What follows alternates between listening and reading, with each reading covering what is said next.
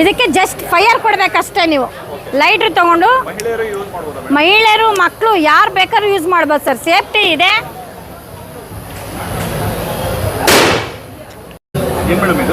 Sir ಇದು ಮಗನಿಗೆ ಕಲ್ಲು ಹೊಡೆಯುವ ಕೋವಿ ಅಂತ. ಇದು ರೈತರಿಗಾಗಿ ಮಾಡಿರುವಂಥದ್ದು. ಇದು ಜಸ್ಟ್ ನಿಮಗೆ ಯಾವುದೇ ಖರ್ಚು ಯಾವುದೇ ಸರ್ವಿಸು ಏನು ಬರಲ್ಲ.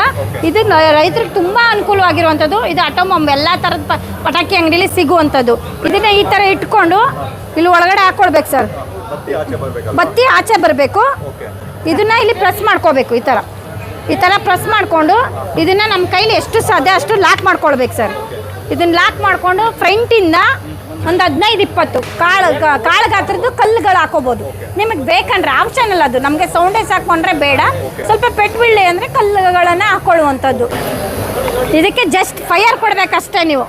ಲೈಟ್ರ್ ತಗೊಂಡು ಮಹಿಳೆಯರು ಮಕ್ಕಳು